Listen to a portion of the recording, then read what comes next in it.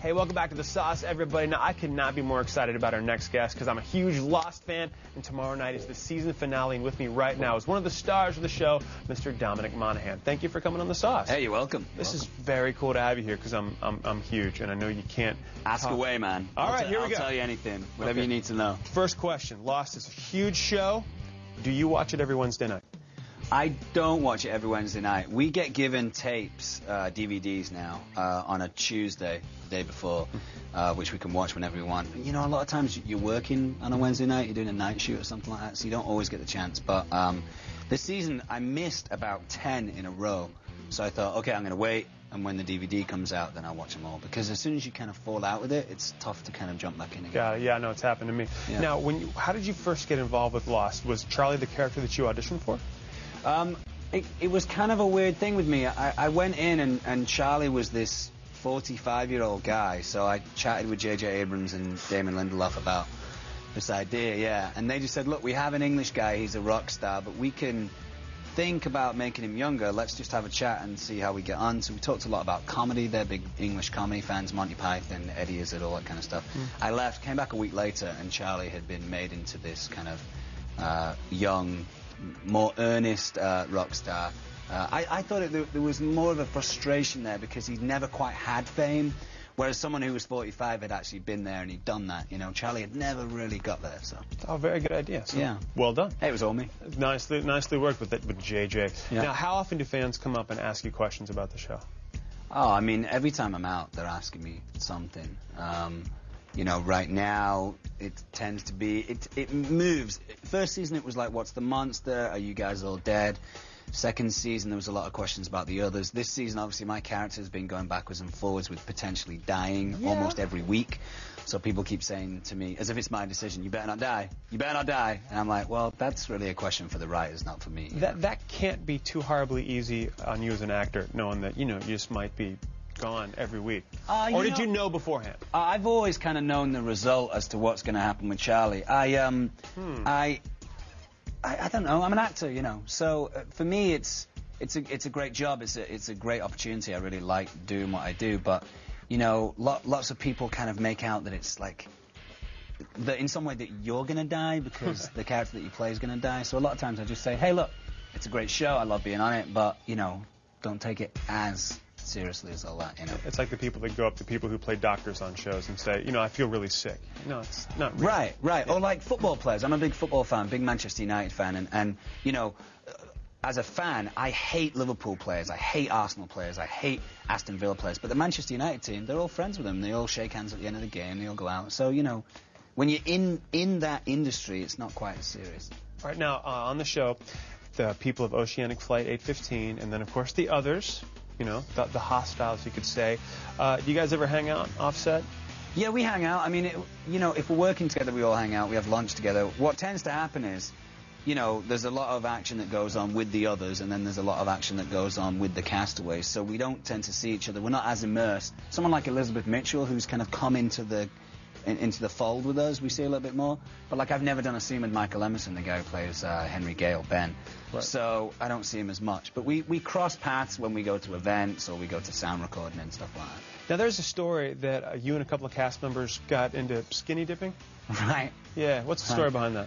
Oh, you know, that's kind of early days, and, you know, we're in Hawaii, the sun's shining, you know, we're all partying, it's late night, we're on the beach, it's going to happen, you know. But then the producer said no. Cut it out, keep your pants on. No, they didn't really. That was kind of blown up by the magazines. I don't think it was advised to continue doing it because the show had become more and more famous, but I think we'd grown out of it by that point. We were on to other tomfoolery by that point. It's all passe, being naked. All right, we're going to take a look right now at Dominic and Lost.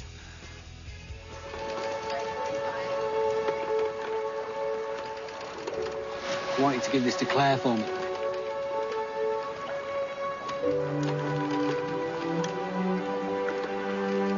What is it?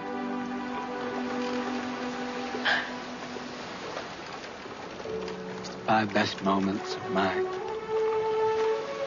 sorry excuse for a life. My greatest hits.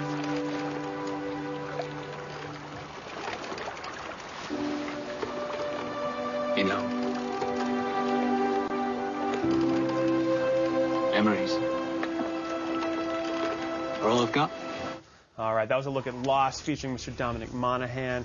Now, we asked for a clip of the finale from ABC, and we couldn't even finish the word finale before the no came out. Is that right? Yeah, they were really very adamant. secretive. I mean, they barely gave us copies of the script. It was probably about a day before we started filming they gave us copies of the script. So. Well, I know that we can't show a clip, so we're wondering if you could act it out for us with these action figures from Lost. It would be a pleasure. Well, we tried to get the Dominic Monaghan, the Charlie character, and right. They're all sold out, so you're going to be played by Spider-Man. Naturally. Fair enough. Naturally. So, all right. Well, I'll give you a hint as to something. I can't make Spidey sit for some reason because his legs are a little... he's a wall crawler. All right. So let's just imagine that Spidey is sitting here on a chair. Akimbo. Or Charlie, I should say. Okay.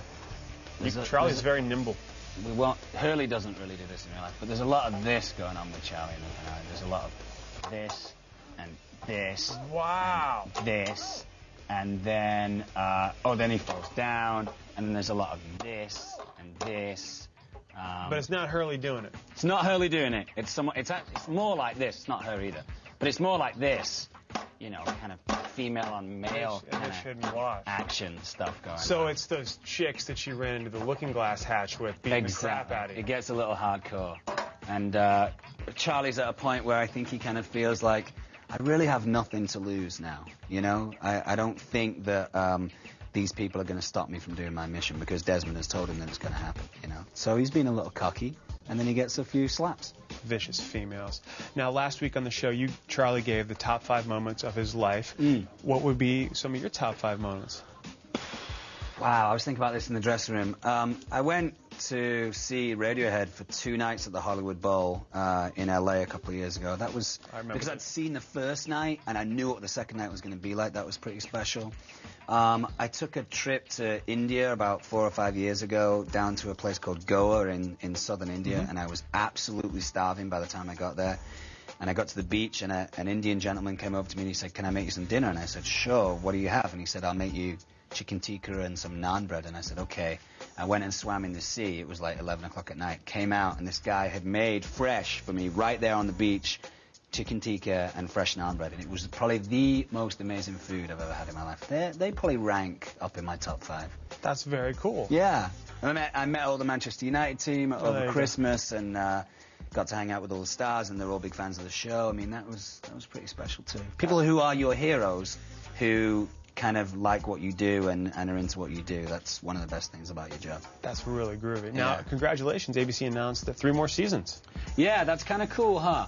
I think the best people that helps out is the writers. You know, they have a beginning, a middle, and an end, but they've been told you can write the beginning and we'd like you to extend the middle for as long as you can and then write the end. Whereas now they're able to kind of head towards that end a little quicker. It's good to make it finite. I think that's cool. All right, we're going to take a quick break at the moment. We got a lot more Dominic in a bit. But first, after this, we're going to fill you in on all the new music that's being released today. The sauce will return stronger than ever in just a few minutes.